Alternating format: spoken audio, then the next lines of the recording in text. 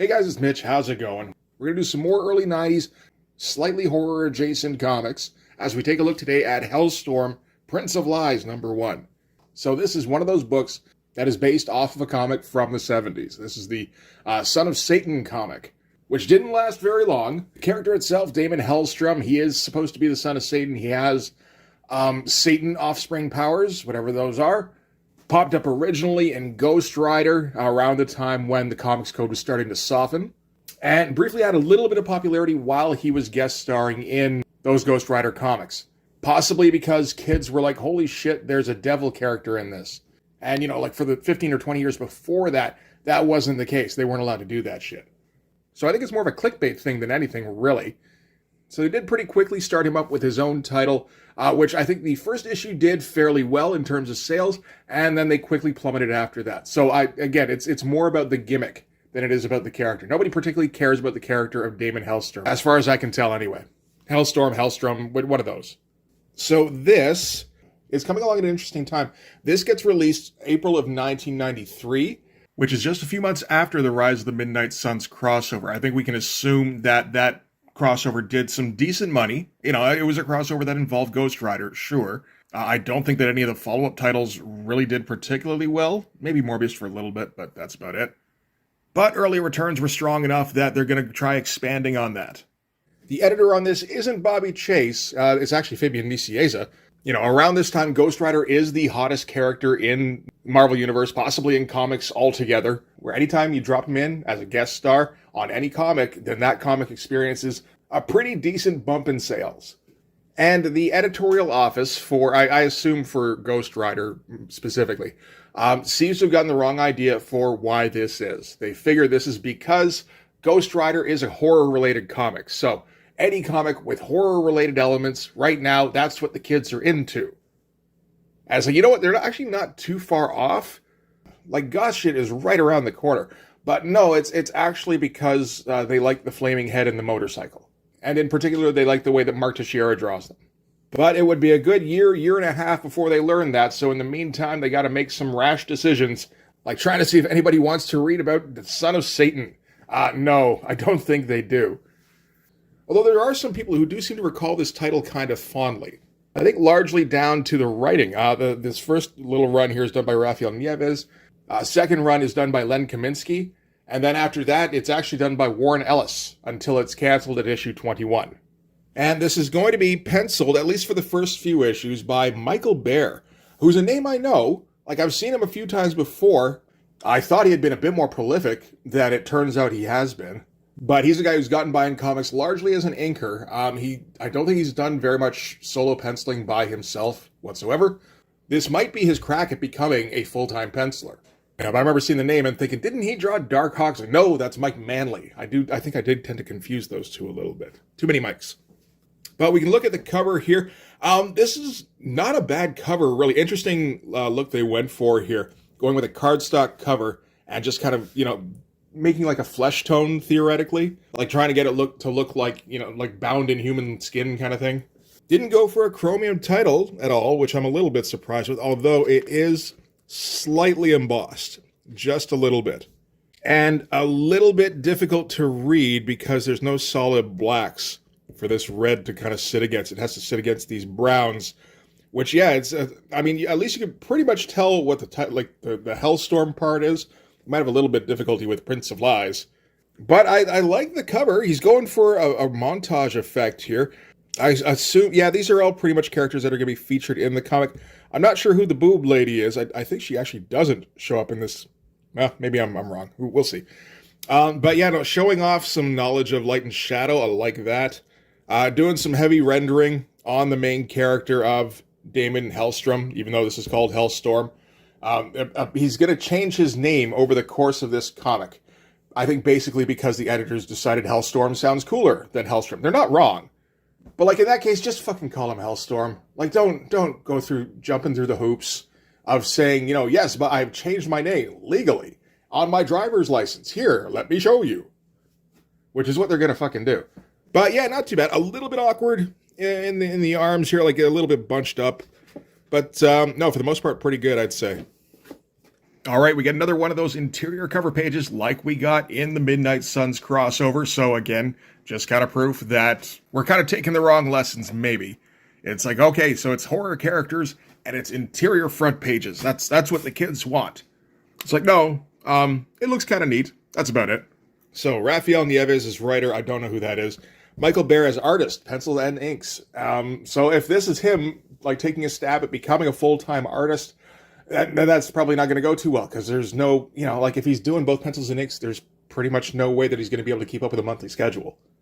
I don't know. Maybe it's just meant as portfolio work or something. Who knows? Richard Starking's letterer. I wonder if he's just straight up lettering, because this is like, 93. We might not be doing computer lettering just yet. And Janet Jackson, colorist. Yeah, Fabian Nicieza as editor, which is weird, because like it's 93. This is long after like X-Force #1 and shit. You would think he'd just get a higher profile staying where he was. Okay, we don't know what's going on here to start. We're going to get a little bit of overdubbed narration going, it is done, he has returned. We will give him time to gather his strength, then we will test him. Should he pass, we will extend the invitation. If he accepts, fine, all will be well. But if he does not, then the seas will turn red with his blood and the earth black with his charred soul. So I think we could assume that they're talking about Damien Hellstrom or Hellstorm or one of those. And this is storm clouds. I would like to see this be storm clouds. Yeah, nice looking shots. I mean, this is a great looking splash to start things off with. And interesting, given that Michael Baer is doing his own pencils and inks, so all this stuff, the effects in here. It's always interesting when somebody does that and then they just kind of go and do weird shit like this in the background just because they can't. So you get the impression that probably the pencils aren't too heavy duty. Like this looks like it's almost improvisational, like particularly when you get up around here, which gives me the impression that he knows exactly the textures he's going for and he knows he can just slot those in at the end. But, good looking figure anyway to start things off with. All right, so we're starting things off with Dr. Avram Siegel, who's selling a book. He's trying to pass himself off as some expert demonologist, and he's got a new book he's peddling. I believe he does have some knowledge and like some insight about this stuff, but like not nearly as much as he's claiming. And really, he's just kind of trading on what little knowledge he does have to try and make a fast buck. Meanwhile, in San Francisco, was this also in San Francisco? It might have been. It should be if we're just cutting to kind of non sequitur shit. But some homeless dude sits in an alley, sings to himself, and then explodes. And the circle of life continues. Okay, and then also New York City, somewhere on Park Avenue. Yeah, okay, so I think that San Francisco thing was a total non sequitur. This is where we're going to end up eventually, maybe. Some dude is kind of He's prancing around this prone lady here, doing squats, maybe teabagging, I'm not for sure, while he chants exorcist type shit. And yeah, so anyway, he goes through the routine and he says all the words in the exorcism chant. And then at the end of it, she's like, oh, that's great. So I'm dispossessed now. And he's like, yes. She's like, cool. And then she hands over some cash and she's like, oh, thank you so much for coming in. I feel so much better. Like she went to the chiropractor. And then she's like, same time next month, right? And he's like, yeah. So this is another guy who's kind of basically doing the same thing as the demonologist, where he has some knowledge of the supernatural, but it's not really to the extent that, maybe he'd like it to be more effective. And he's trying to trade on what he does know to try and make a quick buck. So in this case, he sold himself out as some kind of new wave exorcist. Like he'll come by your house and purge your spirit for you, that kind of thing, while he crab walks around your prone body. This does seem to be kind of a takeoff on Jason Blood, so the character from Etrigan the Demon. Maybe a combination of that with a little bit of John Constantine, just with the whole scam artist aspect of it. So as they're wrapping up, his client tells him, oh, by the way, this note was left by my doorman for you. So here, just take that while you go. And he opens it up and it says, beware the Black School. Which, I mean, out of context, could be problematic. It almost sounds like we're advising against taking the starring role in Dangerous Minds or Freedom Writers or something like that. But no, that's not what they mean in this case. So they will get around to explaining that shortly. So anyway, we're actually going to get a meetup between our two kind of con men. Or, just they're guys who are just kind of trying to skate by with what abilities they've managed to amass. You can't really blame somebody for that. Like, if you live in New York and you know occult shit, it's kind of hard to kind of put that into practice. You know, like Doctor Strange lives there. What, are you going to sneak shit past Doctor Strange? Like, oh, maybe I'll find out about some occult cases before Doctor Strange. Do you have the Eye of Agamotto? So anyway, first these guys are going to kind of talk shit to each other a little bit. Like, the demonologist guy is going to act as though he's a little bit better than the scam artist exorcist, but the scam artist exorcist knows he's a scam artist demonologist. So, like, maybe take your holier than thou shit and just hang on to it for a second there. So the exorcist guy is going to ask the demonologist guy what he knows about a black school being started up anytime, anywhere soon. Apparently there is a school that has been founded near Iceland. And in this case, what a black school is it's a school for the black arts. And it's like, oh, okay, a little bit of clarification there might have been in order. It's 1993. Tensions get high easily. But this newest school seems to have been formed in San Francisco. So that's where they're all exploding homeless dudes. That could potentially be linked. Or not. Maybe this writing is kind of shoddy. And it's just like, no, this is all coincidental. So yeah, gives him an idea of where he can start looking. Tells him, even if you do find this exact location, be careful. These are evil men. We're going to get a little bit of a demonstration of one of their sacrifices here. Which, like gets a little bit bloody, again, for an off-the-rack Marvel title in 1993. Says, I have a friend, well, I know a man, an exorcist, in Frisco. He might be able to help. His name is Damon Hellstrom. So, Damon Hellstrom, in the original comics, like the Ghost Rider comics and his own short-lived series, was kind of a heroic character who bucked against his nature and against his lineage. I think they're kind of maybe leaning into the lineage a bit more in this. Again, this is early wrong-headed decision-making about what the kids want. They want Satan characters, is what they want. Nobody gives a shit about satanic characters in anything, man. Okay, so from there, we're going to cut to Damon Hellstrom's estate, where he's got a guy in who is replacing the nameplate on his door. Apparently, previously, he accidentally put up a nameplate that said Damien Hellstorm, Occult Investigations, when that clearly was the wrong name. So now Damien Hellstrom's had him change it to the correct name, Damien Hellstrom. And now that he's putting that back up, he's taking a look at the old plate and going, you know what? Hellstorm sounds kind of cool. I think maybe you better switch it back. And that's kind of the point of this page. And they're going to do this a couple of times going forward, where they just, they got to explain the change in the name. I feel like they think there's more goodwill towards the Son of Satan character than there is. Like, people remembered it fondly. But Damien Hellstrom barely showed up at all in the 70s. Like, yeah, he had a very brief title of his own. Yeah, he showed up in the Defenders and stuff. But, like, he'd been gone for, like, a good 10 years or so at this point. And nobody really missed him, I don't think. I'm doing some cool stuff with the close-up on the eyes here, though, in the middle panel. Anyway, we end up with this woman showing up at the estate right as Damien Hellstrom leaves. And she's looking for him, and she gets directed to the next place that he was going. Yeah, I don't know. This is kind of pointless, really. We're going to cut briefly to, I guess, like a bag lady who's been on, really hard times recently as she kind of disappears. Get a little bit of her backstory here, so at least they're not just kind of making her, like, some kind of nameless, like, non-entity. They did that with the guy at the beginning of the book as well, kind of having him singing to himself. So, like, again, they're not just, this isn't Spawn, where Bum Alley is just a place full of, like, blood bags that you can explode every once in a while. Then we're going to cut to the Hell's a Poppin' Club. I guess that club is poppin'. And that girl from earlier who was looking for Hellstrom asks if he would be in this club. He doesn't own it or anything. This guy here is Al Shaitan. He's the guy who owns it. And he invites her inside while they, I guess, sort out what she wants from Damon Hellstrom. All right, more cutting back and forth. We get that old lady who got kidnapped earlier, and she's going to get set up for a sacrifice herself. We're going to cut as well to San Francisco International Airport, where Gabriel, the kind of exorcist, gets met by a bunch of priests at the airport. Although it does seem largely coincidental.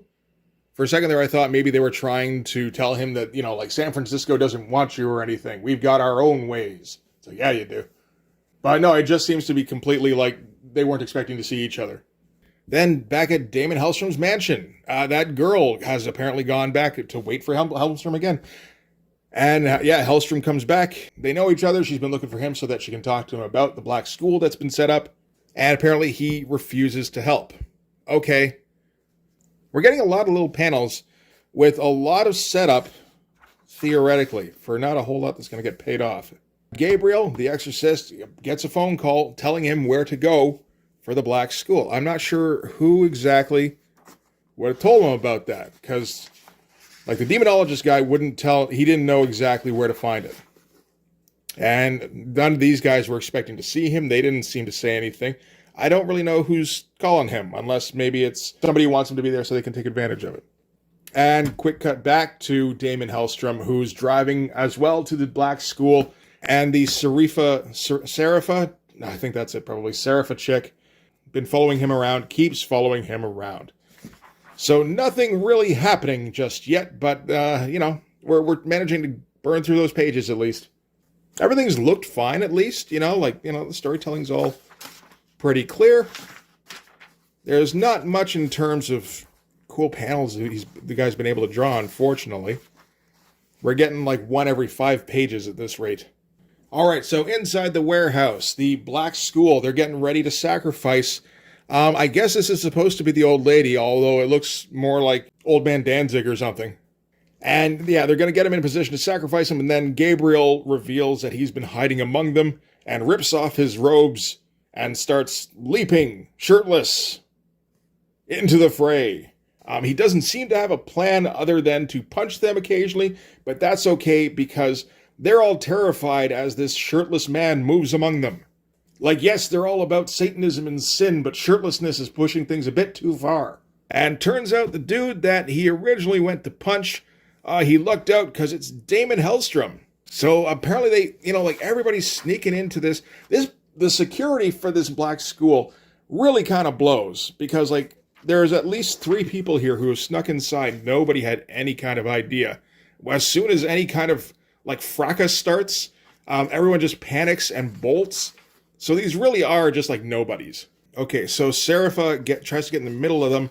Hellstrom swats her away and says, "My wife has given to histrionics of late, but she won't bother us anymore." So that is supposed to be his wife or the wife of one of the variations of Hellstrom, because that's what we're getting into here. He's about to sacrifice Gabriel, because Gabriel kind of fucked up his first sacrifice, when someone grabs his hand and says no, and turns out that is also Damon Hellstrom. And now we're going to have a Hellstrom versus Hellstrom fight for some reason. This is the thing. I don't know what the fuck is going on, what this is about. I imagine somebody must have thought this was a good idea. The fight here, it's probably a good hit in here somewhere. And someone's up, his trident of doom, the Hellfire trident, to stab through. And, you kind of lose track pretty quickly of which Hellstrom is doing what. But I think, the first guy who got into the fight with Gabriel was a copy of Damon Hellstrom, while the guy who interrupted him was the original, or something like that. Portal opens up, the copy gets sucked into it, and we got Damon Hellstrom's father looking out at us, and we're going to find out what the deal is. So, we knew a mere gathering would not draw you, but a gathering led by someone calling himself Damon Hellstrom, your vanity would not allow it. He says, years ago, a nameless demon escaped our realm. He took your name, took a wife. He hid from us. You discovered him, yet let him live. You were so weak then. The pretender was beyond our reach. Only one thing could return him to us, a kiss from the Hellfire Trident. So yeah, the original Hellstrom we saw throughout most of this comic appears to have just been kind of some random-ass demon who was just calling himself Damon Hellstrom. Maybe that's why he couldn't, make up his mind on what his fucking name should be. Some kind of cool stuff going on here. This is not a bad looking splash page here. All this Starfield stuff. This is just Michael Baer going at it with the ink. A lot of flecking there. Flecking. Absolutely. More kind of double page spread stuff here. So the kind of Satan character who, is the father of Son of Satan said that they offered the demon Hellstrom's power. And Hellstrom reaches out to the demon who has been sucked into the gate and goes, "Demon, can you hear me?" And Demon goes, yep. And he's like, is that what you want? You want my power? Answer me. And Demon replies with yes, which is pissing off the Satan character. Yeah, no, that's a pretty cool spread between the 2 pages here. There's not a whole lot here that doesn't look pretty good. You know, some of these characters up here are kind of iffy, but no, that's all pretty great, I think. Yeah, this does feel like portfolio piece kind of stuff. So then he yells, okay, you want my power, then take it, and dumps a whole bunch of hellfire at the demon through the portal, I guess, but it's more than the demon can handle, so it just kind of seems to fry him. So yeah, anyway, I guess he's kind of reasserted his name, whichever name he's deciding to go with. He reasserted the power over the Devil Trident. Okay, and this is where Hellstrom reveals that he was the one who sent the note to Gabriel to get him to come to the meeting tonight. He's also the one who called Gabriel's hotel to get him to come to the meeting tonight. Apparently, Gabriel took a little bit of convincing to get him to come to the meeting tonight. So he needed him here to help him retake his mantle, I suppose, and I don't know for sure if he's going to blackmail him into working with him, but that seems to be kind of the deal going forward, is that yeah, Son of Satan is going to be working with knockoff Jason Blood going forward. Again, these pages are kind of cool. It's a bit of a shame that we didn't see more of Michael Baer doing full art. Really, he's not too bad at all. So anyway, yeah, that's Hellstorm #1. I mean, basically, we spent a whole issue establishing that the guy that we were calling Hellstorm wasn't actually Hellstorm. Is this other guy called Hellstorm? I assume solely to distance them from the hero aspect, you know, trying to make him a bit more of a gray character morally. And again, I don't think there was enough like nostalgia about the Son of Satan character that was necessary at all. You know, like they spent this first issue going, okay, so you guys know all the really deep Son of Satan lore. Well, here's why you should forget all of that. And all of us were like, I've never heard of any Son of Satan lore.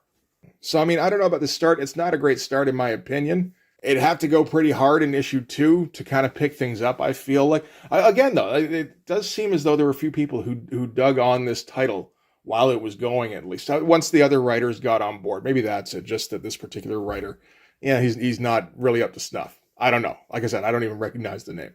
But anyway, that is it for Hellstorm #1. I've had this thing for at least a year, and it's come close to edging its way onto the board. It's made its way into the schedule a few times and then got knocked out by something a bit more interesting every time. But with the Halloween thing, I figured, okay, now is the time, finally. And read it. It's like, yeah, I was right to put off reviewing that book. That's not really much of a good book. You know, not bad looking art, at least. So that's cool. It's nice to see that Michael Baer was kind of bringing it in this issue. Anyway, that is going to do it for this issue. Thanks very much for watching, guys. If you like this video, please hit the like button. Helps with all the algorithm stuff. If you want to see more, hit subscribe. And if you really want to help out, in the description, there's a link to my Patreon. And if you go subscribe there, that'll give you access to everything I do. So all sorts of videos, everything to do with the Blood Force comics, including everything to do with the Blood Force Kickstarter. You can also follow me on Instagram and DM me there for commissions. Commissions are open. So yeah, that's going to do it. Thanks again for watching, guys. I'll see you in the next one. Bye-bye.